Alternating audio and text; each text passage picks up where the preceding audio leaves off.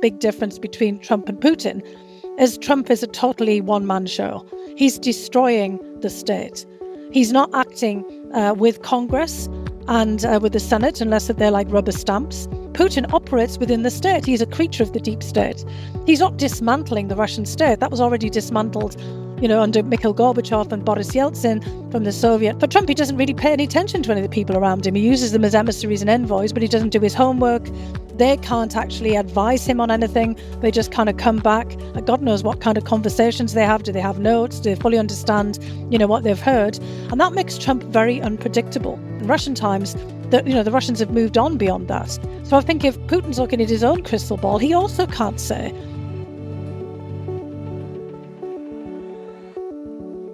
Dr. Hill, where does this podcast find you? It finds me in my office at the Brookings Institution in Washington, D.C. Good. Let's bust right into it. We're recording this on Tuesday. Trump is speaking with Putin today, ostensibly to discuss ending the war in Ukraine. Give us what you believe is the state of play, what each party wants from this, and what you think the likely outcome will be. Well, it's actually a pretty complicated situation because we're tending to see this in a bilateral sense between the U.S. and Russia, and also then with Russia and Ukraine.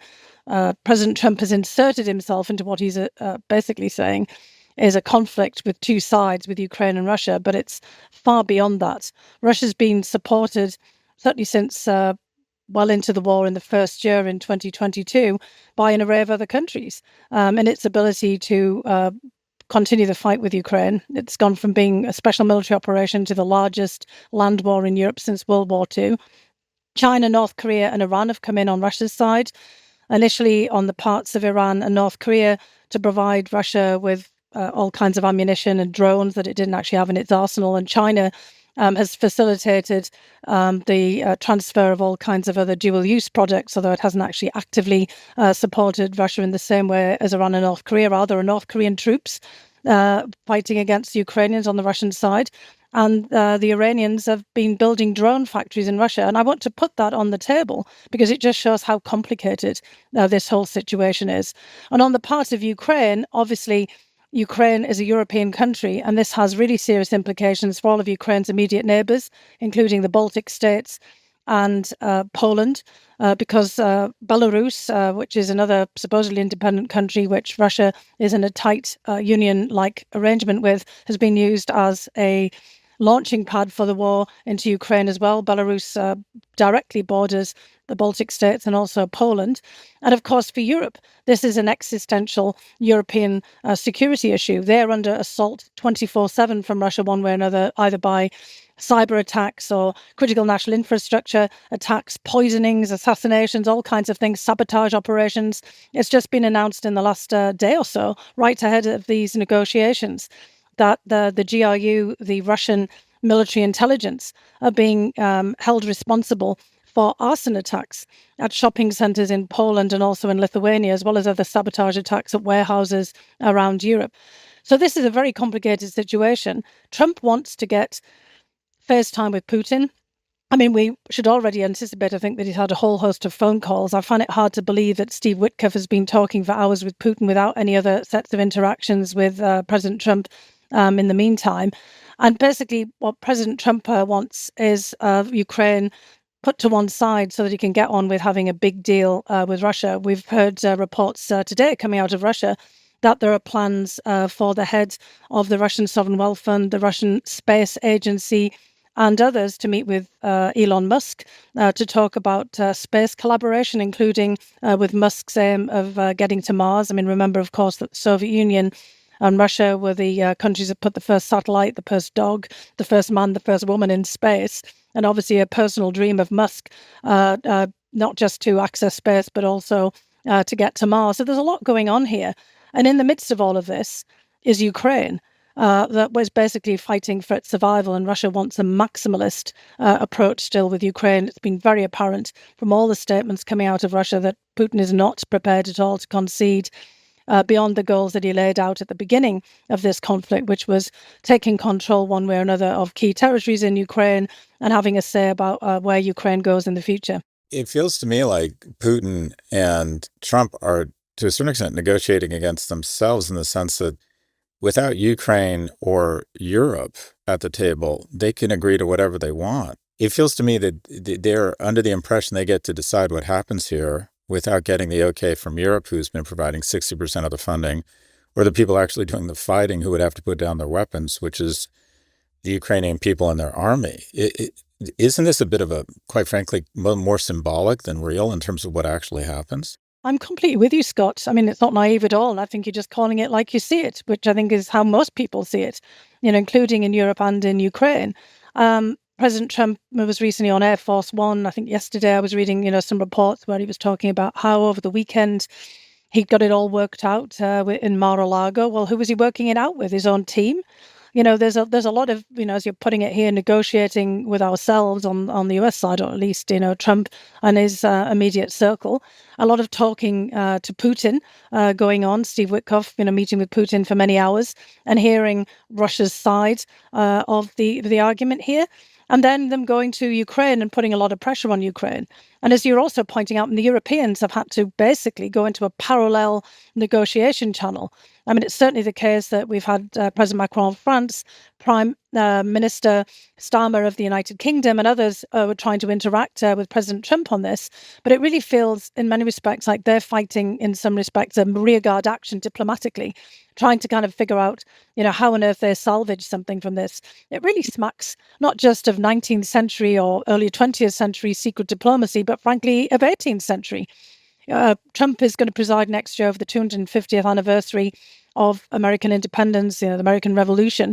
And at that same time frame, if you kind of look back to that later part of the 18th century, there was all kinds of diplomacy going on in Europe over the heads of other countries. There was the partition of Poland, for example. We're in that kind of historic space.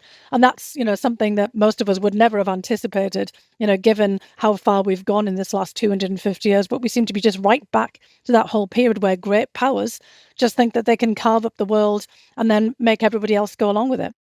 I always like to ask what could go right. And let me outline a scenario and you tell me if you think there's any veracity or likelihood, or if I'm just, there's too many biases in my scenario here. But the EU combined has an economy of $19 trillion. You listed North Korea. They're basically, they're willing to send their kids into a meat grinder, but their economy is about 30 billion. Iran's is 500 billion. China, obviously, that's a huge economic power. But my sense is they actually have a vested interest in keeping this war going because they get oil on sale from Russia because no one will buy their oil. If the EU gets its act together, coordinates their incredible military infrastructure, they have great weapons manufacturers, they have incredible IP. If they could find the resolve to coordinate and perhaps, make the requisite commitment, take their defense spending from 1.9 to 3%, which they've stated, quite frankly, they don't need the Americans. Isn't there a silver lining here that Europe can actually do what they did in 1939 and say, no, we're not backing down to a murderous autocrat, regardless of whether the U.S. backs us or not? Isn't there an opportunity here for Europe to become a union and push back on their own with or without the U.S.'s help? There absolutely is. And I think we're seeing some signs of this already. There's just a couple of issues that are probably, quite significant obstacles right now, but it doesn't mean to say that they can't be overcome. And I think you've laid it out perfectly. And you didn't also talk about the limited extent of the Russian economy. And there's a lot of talk about trade being restored between the US and Russia. But when we look back to the previous levels of trade, the volumes of trade between Russia and the United States, it was the same level as the US and Costa Rica. So it just reinforces the point that you've made and you've laid out there, very succinctly. The obstacles are really that we're seeing in aggregate a lot of the efforts being taken by the European Union to basically put money on the table for reinvigorating the defence and manufacturing sector of Europe. And of course, not all of the key countries are members of the EU. The UK famously took itself out with Brexit, and that's obviously the UK revitalising its manufacturing sector will be pretty critical here. You've got Norway, which of course has a major sovereign wealth fund, and as you've pointed out, is also a major arms and manufacturing power. Obviously not to the kind of scale of others, but it's pretty significant. You've also got Turkey, which is a NATO member and has a really serious manufacturing capacity and also pretty serious military capabilities as well. And Switzerland, which is in obviously a strange position debating its own neutrality, but also has a lot of capacity in manufacturing, including in the weapons sphere. So absolutely, there is an opportunity there. The obstacles is getting past these seeming constraints of who's in what and actually agreeing to work on this together. And I think we're seeing signs of that because you are seeing all kinds of different meetings going on, all kinds of agreements of pooling funds and pooling some of this manufacturing capability. But the second obstacle is really speed. Because, the US is barreling along on this path, or Trump is barreling along on this path towards a ceasefire, and is also cutting relationships with Europeans at the same time. These tariffs are essentially a sanction on your allies. And if you're imposing tariffs on the EU and on other European countries that might not be part of the EU but are part of NATO, you're making hostile claims against your NATO allies, including Denmark, over Greenland. Remember, Greenland is actually a member of NATO through its association with Denmark. You're menacing Canada and imposing enormous tariffs on Canada. And remember, Canada is also a part of the North Atlantic Treaty Organization. You're actually also then hobbling, your allies at a time when they actually do have this opportunity to stand up. So I think that, what we're going to have to see is European countries and Canada, which is part of the North Atlantic Treaty Organization, really push back and get together and figure out ways in which they can actively cooperate on the military defense sector, as well as you're suggesting, diversifying away from their reliance on the United States. It's long overdue, frankly. I mean, they should have been doing this decades ago. It strikes me that a lot of this comes down to resources or money. And who's going to foot the bill to continue the fight, if you will, or at least put us in a stronger position such that we can negotiate from a position of strength. And it also strikes me that the most obvious and simplest means of funding the war for another 2 years is to seize Russian assets. We have somewhere between $200 and $300 billion in Brussels. And the fear is that people don't want to do business with Russia, or with the EU, if they're worried that geopolitically their assets can be seized. I would argue that incentive or disincentive to work with Europe is vastly dwarfed by the disincentive we should put in place not to invade your neighbor. Your thoughts on seizing $200 to $300 billion in Russian assets to fund Ukraine's fight? There's no question that this is the way that Europe should go. I mean, a lot of the debate before was if the US, this is here, of course, in the United States, was that this could be, very detrimental to trust in the US economy, in US financial markets, in the Treasury. I mean, if we go back to Trump 1.0, for example, Treasury Secretary Mnuchin was always extraordinarily concerned about the impact on the dollar and the dollar's future as the reserve currency and the global currency if there was too much emphasis all the time on the punitive side of financial sanctions.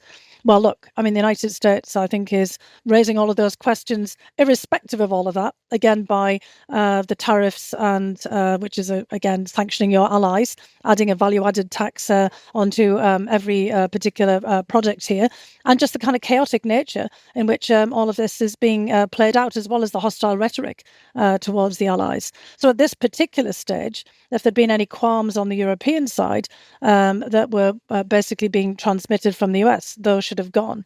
And as Europe is now confronting the fact, as you've laid out very clearly here, that it's pretty much going to be on its own in sort of dealing with the aftermath. Because what Trump seems to suggest is, I'm going to give you a ceasefire and then I'm going to cut and run. But, we're already, today as we're recording this, looking at the breakdown of the ceasefire in Gaza, which Trump has made, a lot of noise about and, kind of basically put into place with great acclaim.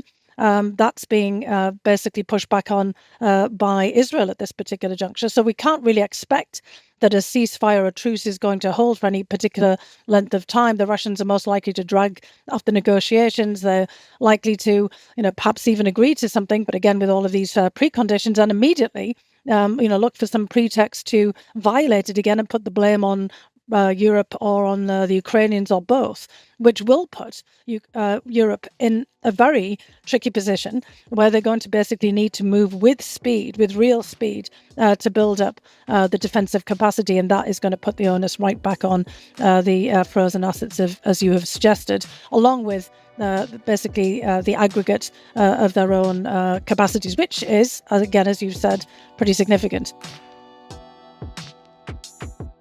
We'll be right back.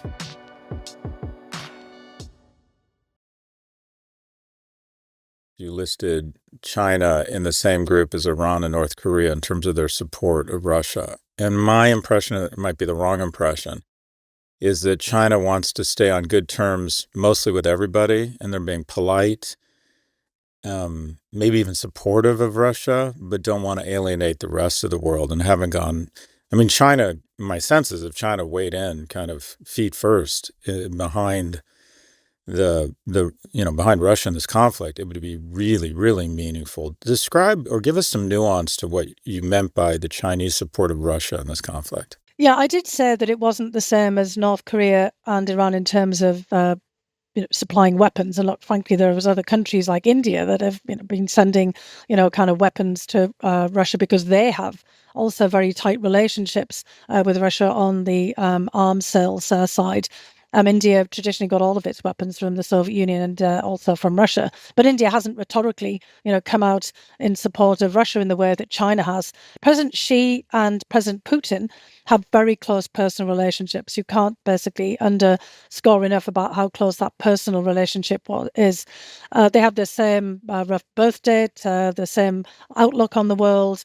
They've met each other more times than any other, set of leaders. And if you recall, just before Russia's launch of its invasion of Ukraine, there was the meeting on the sidelines of the Beijing Olympics, between the Winter Olympics, that is, between Putin and Xi, in which they declared basically a strategic bilateral relationship, a partnership without limits. Now, the Chinese have been quick to try to point out that they didn't realize that Putin was essentially going to move into Ukraine quite so soon afterwards. I think there's a lot of regret that, a bit of buyer's remorse there, that they made this statement and then that was so soon on the heels of this invasion. Of course, if it had turned out differently, it was indeed a special military operation, not this largest land war in Europe since World War II. China might have felt a little bit, more sanguine about this. But nonetheless, all the way through, the Chinese have made it very clear to Ukrainians and others that they do not want to see Russia lose. Now, ironically, China was also the largest investor in Ukraine as a single country before the war. They have no beef with Ukraine. They've made that very clear to the Ukrainians. They've also said this to the Europeans. They see this as a proxy war against the United States. And so they don't want to see Russia lose. Now, the interesting factor is that the United States is pulling out of this. Trump has also recognized this. He said that, he never wanted to be part of this. They've recently started to say this. Now, the United States was never actually embarking on a proxy war against Russia. Like Europeans, they were trying to basically help Ukraine defend itself, which Ukraine has every right to under the terms of the UN Charter. And of course, it's very similar to Kuwait, back in the day, and to other countries that have been invaded by a much larger neighbor.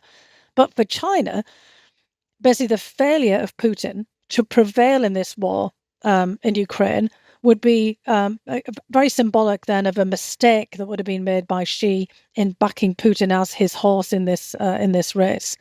And so the Chinese have been saying to the Europeans, and I was at the Munich Security Conference in February, through the infamous J.D. Vance speech there, but where the Europeans were hearing from the Chinese a lot of pleasure, frankly, about the rift between Europe and the United States. And China saying to Europe, look, there was nothing personal in our support of Russia here. I'm sure you understand our position, and we're going to be there for you. When this war ends, we're going to help in terms of construction and investment.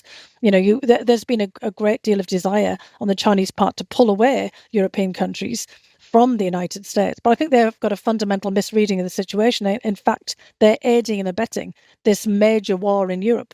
And in World War II, China was on the other side of the ledger, right? I mean, China was part of the Allied powers. Of course, that was in its war with Japan after all the Japanese invasions of China. But this time, for the first time in history, China is on the wrong side from the European perspective of a major land war in Europe. And again, even if it isn't to the same extent as North Korea and Iran, China has been putting all of its focus on making sure that Putin and Russia are propped up and that they don't fail in this endeavor. And really, what is this endeavor? It's to slice and dice Ukraine and to dominate Europe. So loosely, kind of a crude overview is that the world is bifurcating into sort of the U.S. and Europe and some of democracies globally, whether it's Japan or Australia. And then there's Russia, Iran, North Korea, and to a certain extent, China, and there's some nuance there. But just as the swing voter is the most important voter in the U.S., that small group of people that swing elections one way or the other, it feels as if this new swing voters, in terms of size of economy and playing both sides a little bit, are India and the kingdom. And it sounds like you're saying India, if you had to tilt them towards one side, it's towards Russia.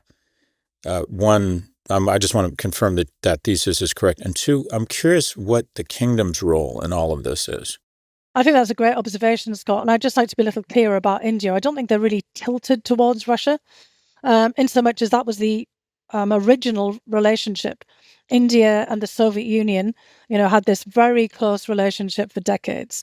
And India was, of course, always unaligned. And India just doesn't want to choose sides. And of course, where there's an option for, expanding some of the relationships, some of the arms sales, the US didn't kind of come through, particularly quickly on offering an alternative. And remember, of course, that India always feels itself in a standoff, also with Pakistan, but very importantly with China. We've had a real hot conflict on the border between China and India in the Himalayas. That's a hot dispute all the time where, soldiers have died on the Indian side. And India's always been wanting to try to see if it could indeed pull Russia away from China. I think India's kind of given up on that idea, but it never quite basically gives up the ghost, but understands it has to keep this relationship with Russia.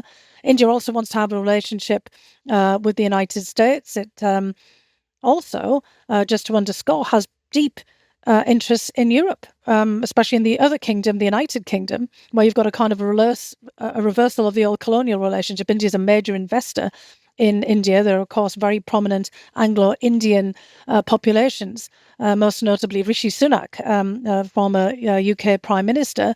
India's been heavily invested in steel and manufacturing.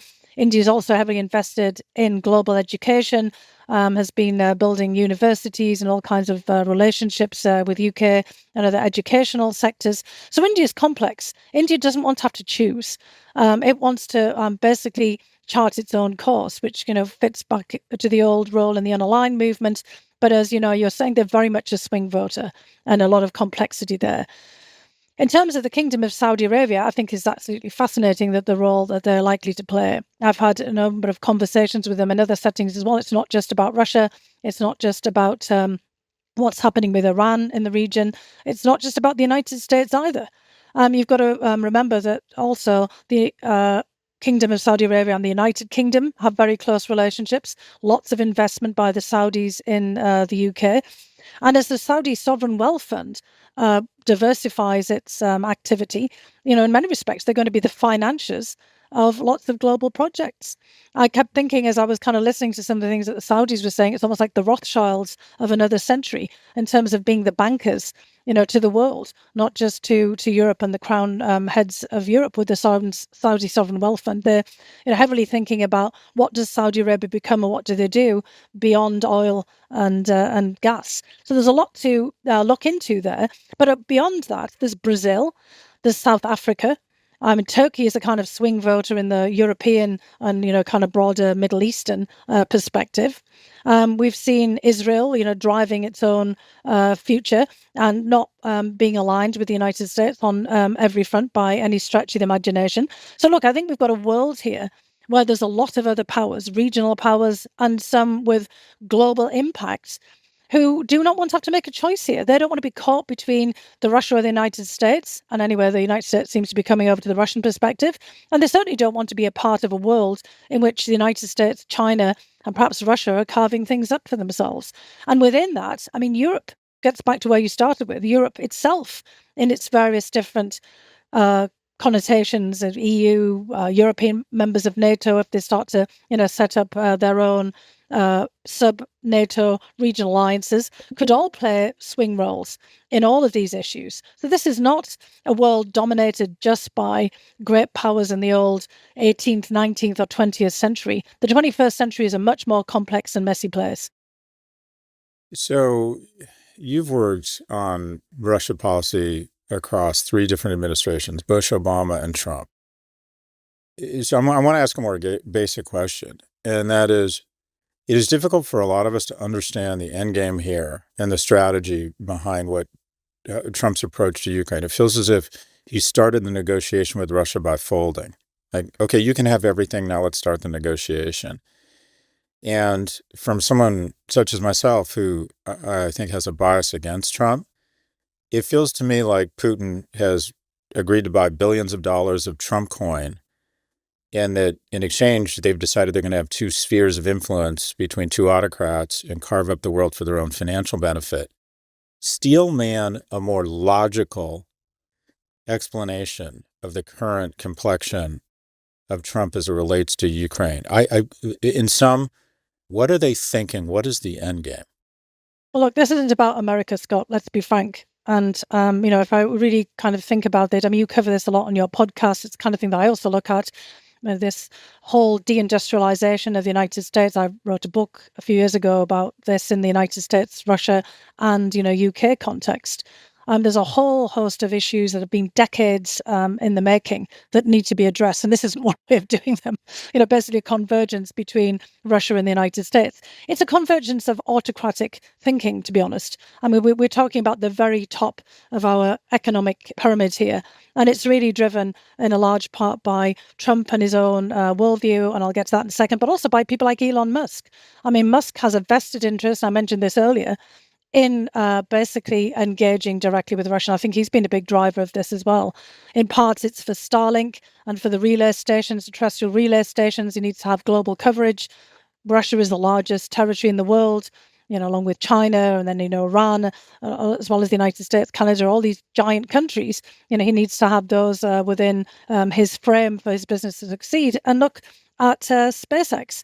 It developed using the first rocketry and all of the systems developed first in the Soviet Union and Russia.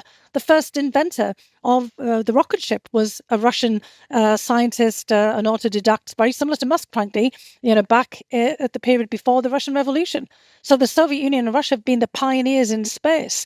And as I said, there's now discussions going on about how to work for Musk with the Russian Space Agency, the Russian Atomic Agency, et cetera, et cetera. So there's that. And then there's also this great desire that Trump has had since the 1980s of doing business with the Soviet Union and with Russia on a whole host of different fronts from his family perspective. And that's definitely out there. And you mentioned cryptocurrency and all the other kinds of issues that are out there on the table.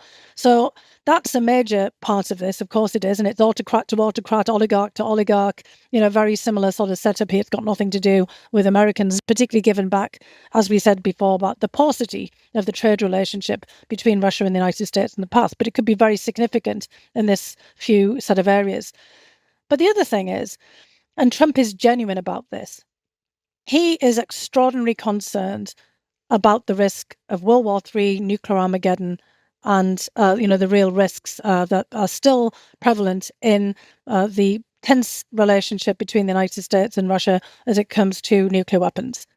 Next year is the formal end of New START, the arms regulation treaty that was first put into play in 2010. The Biden administration extended it, but it expires now in 2026. This is the year that you would have to negotiate something. And Trump always has a fixation on nuclear weapons. I think he's a nuclear zero guy. I've talked about this in other settings. He would like to see basically a process in which he works with Putin to lead towards a major arms reduction. So the Super Trump Arms Regulation Treaty for a New START. He wanted to do that in Trump 1.0, but it all got lost in the whole mix of the Mueller reports and investigations and all of the drama about Russian interference in the 2016 and 2017 election and first part of Trump's presidency. He could never get to that stage. The Helsinki infamous meeting between Trump and Putin was supposed to start those strategic nuclear discussions. That was basically the whole frame for those meetings in Helsinki, just as Gorbachev and Reagan and H.W. Bush had met in places like Helsinki and Reykjavik and Geneva in the past. Trump has said multiple times that he wants to get back to this, and he wants to get Ukraine out of the way. He basically believes, when he said to Zelensky in the Oval Office, when you're gambling with World War III, that the real risk from his perspective is Ukraine dragging everybody into a conflict, when he actually wants to get this gone off the page. He doesn't like the slaughter of people either. He's genuine about that. He really just doesn't understand that for Putin, this is a price he's willing to bear. And for Ukraine, obviously, it's a fight for their survival. So, of course, they've been engaged in this horrible fight. But for Trump, this is just incomprehensible. He wants it gone, and he wants to sit down with Putin on nuclear weapons. The problem with this thinking, of course, is that Ukraine was once a nuclear power. It was part of the Soviet Union, and it inherited, along with Belarus and Kazakhstan, a strategic nuclear arsenal. Admittedly, it didn't inherit the command and control aspects of this, but it did have the weapons. It had leverage. And in 1990s, we pushed the United States and the UK as another nuclear power, Ukraine, Belarus, and Kazakhstan to return those weapons or send those weapons. They weren't really turning them because they were on their soil to Russia for dismantling.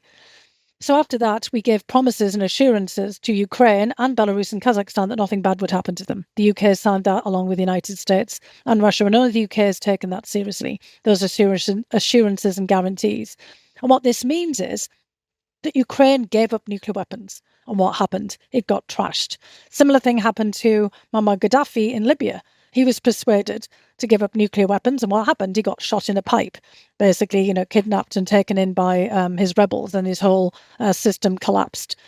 So this is a signal to the rest of the world, to the Indias, the Pakistans, the South Africas, the Israels, all of the countries like Iran and North Korea that have been thinking about or pursuing nuclear weapons, the Japans, the South Koreas, Taiwan, and other European players, that if you don't have a nuclear weapon and you don't have a guarantee by a nuclear power, you're in big trouble.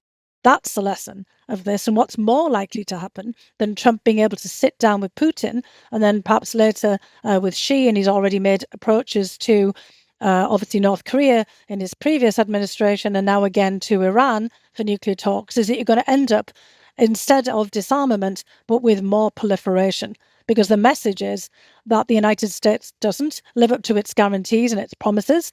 And why should the United States then be trusted as the nuclear guarantor for all of these other countries that fall under it by treaty alliances, or the likelihood that they could turn to the United States when they're under duress? So this is a huge problem.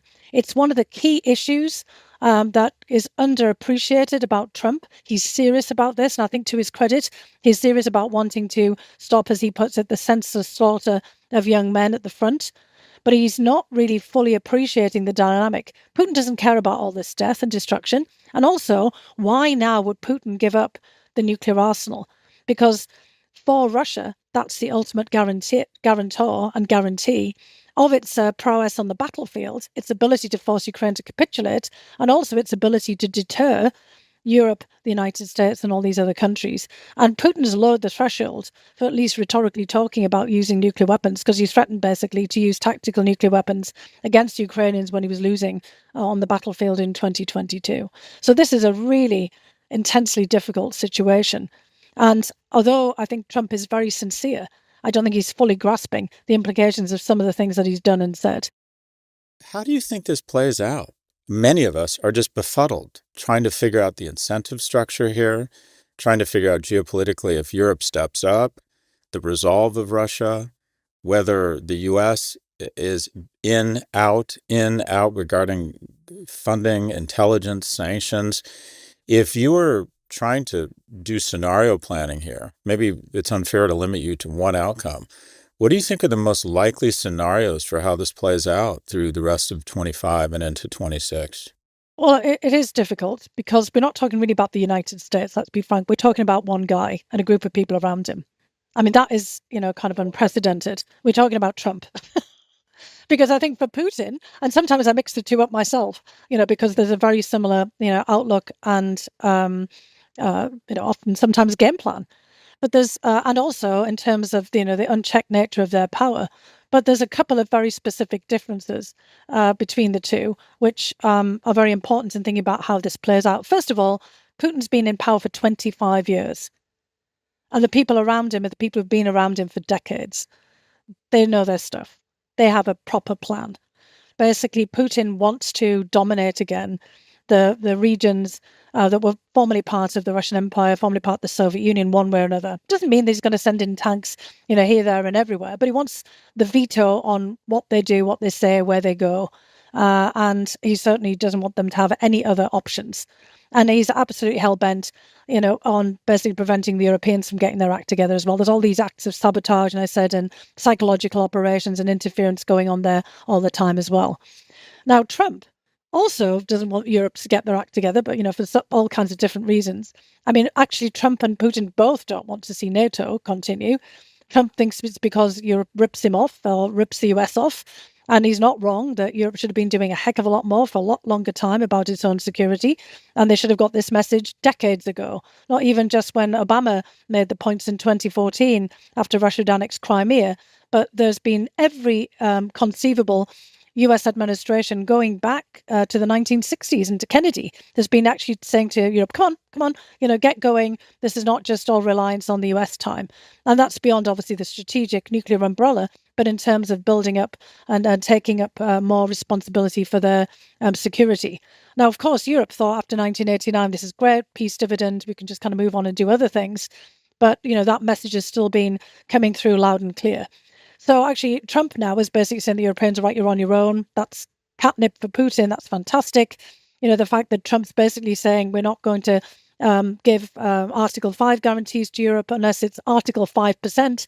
They have to be paying 5% of their GDP, and otherwise, we might not even contemplate supporting them under extreme circumstance. That's another thing that Putin's been looking for.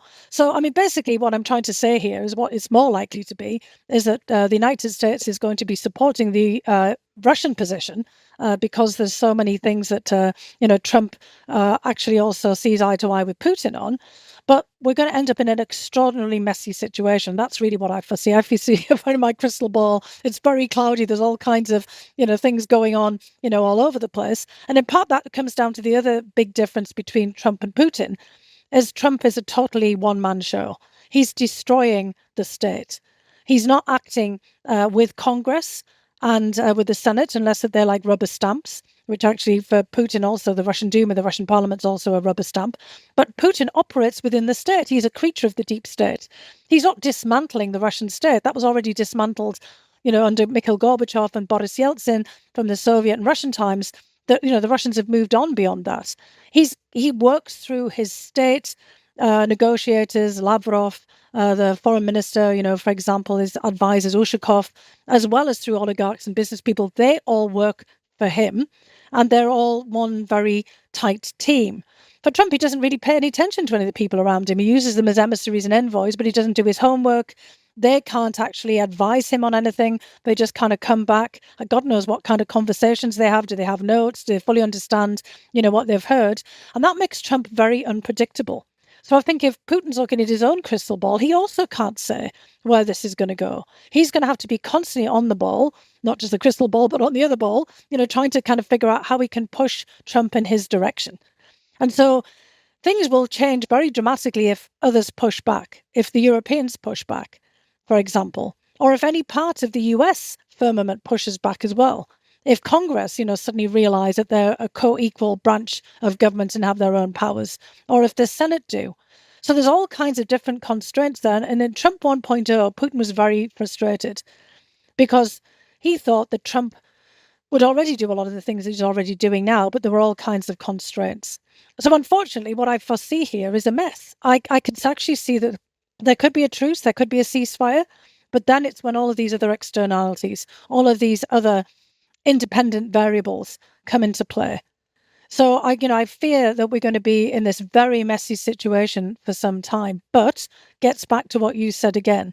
There could be a more positive outcome if the Europeans move very quickly to get their act together. And there is signs of that, but they've got to have the political will. And they've also got to realize that they can't depend on the United States and that they also have to kind of come up with some kind of solution there. So, I mean, maybe we should revert back onto this, in a kind of a few weeks, also to see where we are, because the situation is incredibly fluid. We'll be right back.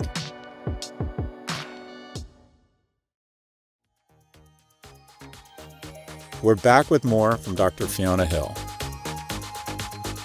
So I want to transition. You're the Chancellor of Durham University, one of the UK's top institutions. And I would just love to get, but you're also very familiar with the U.S. And the U.S. does a small number of things really, really well. We're great with technology and software. We're great at media. We make the best weapons in the world. And I would argue that on a balanced scorecard, we dominate higher education, which isn't to say there aren't other pockets of outstanding higher ed, including in the UK. But as the leader of a UK higher ed institution, how would you compare and contrast higher education in the UK versus the US, and what can we learn from each other? Well, there's a lot of interesting lessons there, and I know, Scott, that you pay a lot of attention to this. So I actually also, I'm on the board of overseers of Harvard. I was elected to that just a couple of years ago. And of course, I came to the United States, as many people did, to study. I came in 1989, and I came because there was much more opportunity in the US system. I had a full scholarship from Harvard. My father was a coal miner. There was, no real opportunities for education for his generation. And, my generation was lucky that, I had a reasonably good level of elementary schooling. My secondary school wasn't great, but there was this opportunity for scholarships. I went to university in the UK, to St Andrews, basically funded by my local education authority. But the real step up, as you're basically hinting at here, was when I came to Harvard. I was blown away by the resources. Of course, I studied history and Russian and, all the things that I'm using today. And there was that aspect also. The founding of the Russian Research Center, other regional studies centers, the massive investment in language study, history. I studied with Richard Pipes, one of the greatest, figures in Russian history, for example, is one of his last graduate students. All of that was greatly admired around the world, as well as all of the scientific research, biosciences that has been started off by the US. Of course, that was one of the secrets of the United States' success after World War II, was this massive investment in education and in research. And the difference with the UK, which is the closest proximate to the United States, is it's all the public sector. So the role that I have at Durham as the Chancellor is more as an ambassador. I have a non-fiduciary, role at the institution.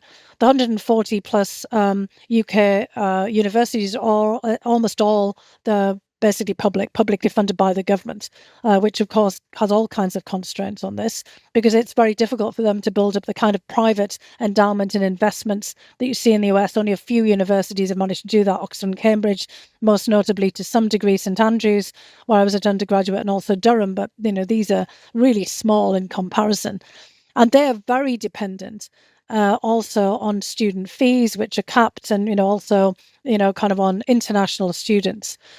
And they don't have the research capacity that the US does. And there's one thing that I think most people in the United States are completely unaware of, is that the United Kingdom, through its UK research and innovation funds, and Germany and many other countries invest heavily in US higher education.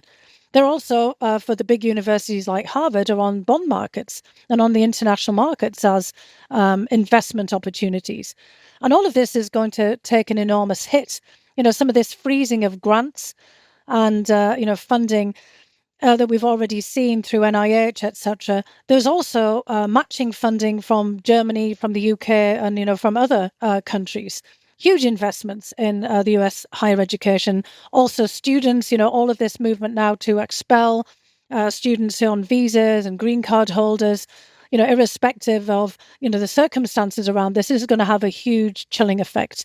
The cutting of NIH grants, the cutting of USAID and other federal funding, looking at what's just happened to Johns Hopkins, for example, 800 million of money that's gone from USAID that was on global public health. I mean, again, these are all areas that other countries were heavily invested in. So I actually think that, what's happening right now is the killing of the golden goose, because another thing that I know from the US and the UK perspective is that universities are anchor institutions in their regions.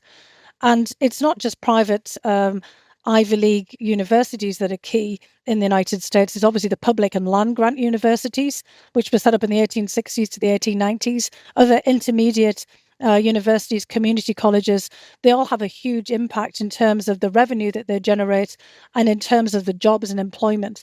In the UK context, for example, in the northeast of England, which is one of the poorest regions in Europe, let alone in the UK, 2.2 billion annually is generated just by the cluster of universities there, including Durham, which is the largest of the research universities.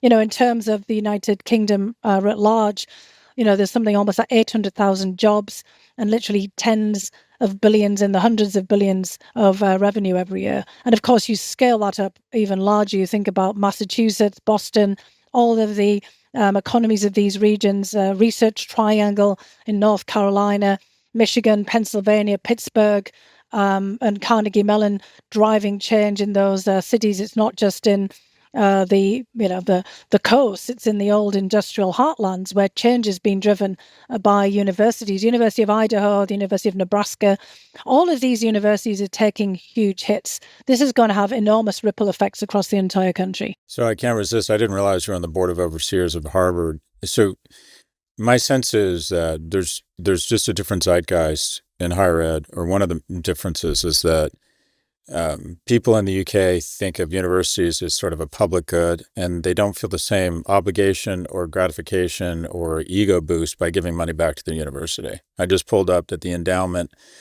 at Durham is £110 million, or about $140 million. Is that accurate?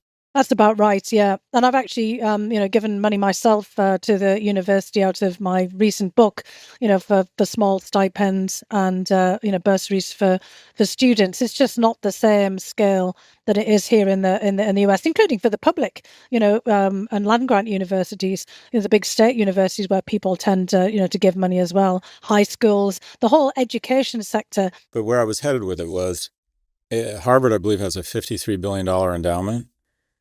And it lets in 1,500 people a year. And in the U.S., I believe that higher ed, that we're basically the enforcers of the caste system, that we create artificial scarcity despite having the resources to dramatically increase our freshman seats, such that we can feel better about ourselves, and the value of the degree goes up for the incumbents at the cost of the entrance in society writ large. Do you think there's an issue with a place like Harvard with $53 billion endowment, letting in 1,500 kids a year? Do you think the accusation that it's a hedge fund with offering classes and not really a public servant, do you think there's some truth to that accusation? Well, I think that's an issue that the university is addressing. I mean, it's one of the reasons that I ended up, honestly, on the board of overseers. There's kind of like this view on the outside, that this is some kind of, kind of weird star chamber setup, but there's a lot of people from all kinds of diverse backgrounds there. And I came there as first generation. My father left school at 14, went down a coal mine. My mother became a nurse, but also left school at 16. So basically I came from a family with absolutely no means whatsoever, nothing, no savings. And basically I got to Harvard on a scholarship. I was immediately struck, by many of the things that you're talking about there. I've given money back, for scholarships for people like, myself. And at the board, there's been a lot more discussion, and there's been a lot more discussion going on at the university over, the last several decades, because they've got people like Raj Chetty and others, kind of pushing out and research this. A man named Anthony Jackson Education School making these same, kinds of cases. The university has been discussing this in their admissions for some time now. Many of the people who have come to prominence were first generation. And in fact, the university just this week announced basically an expansion of its financial aid to students coming from families, would-be prospective students who, are in those lowest brackets. But it has to do more in terms of expanding its access. And there's all kinds of discussions about this going on, about different platforms. I think the argument could be, well, this could have been done a lot more quickly. And Harvard and other major universities like it have to actually show leadership. So there needs to be this kind of debate about higher education. But I think the solution to it is not destroying it. And in fact, it's really getting universities like the Ivy Leagues, those with the big endowments, to work across the entire education sector, not just higher ed, with trade schools, with community colleges, with the public land grants and state level universities. So while you're coming up with these kinds of ideas, I think what we have to really kind of push the educational sector, and I keep saying the educational sector because I think it has to be high schools, it has to be libraries and all the other, kind of parts of all this, is to kind of find ways of working together. I was just at a conference in Houston a week ago of all of the associations that deal in international education. So this is language instruction, study abroad, and this is not just the elite universities. I mean, I was a kid, from a mining community. The British underwrote study abroad. This is a mind expanding opportunity and a life-changing opportunity for people. So I'm in agreement that there's something needs to be done, and something quite drastic. We can't just talk about this for another decade. We're in the crisis now. Dr. Fiona Hill is a senior fellow at Brookings, Chancellor of Durham University, and a former U.S. National Security Council official specializing in Russian and European affairs. Dr. Hill gained national recognition for her testimony during the 2019 Trump impeachment inquiry. She's also a best-selling author and leading expert on geopolitics. Dr. Hill, very much enjoyed this conversation and hope and trust that we'll have you on again. Really, I love how sort of just sober and calm in the way you deliver or try to break down or distill what are very complex issues. Really appreciate your time. No, thank you so much, Scott.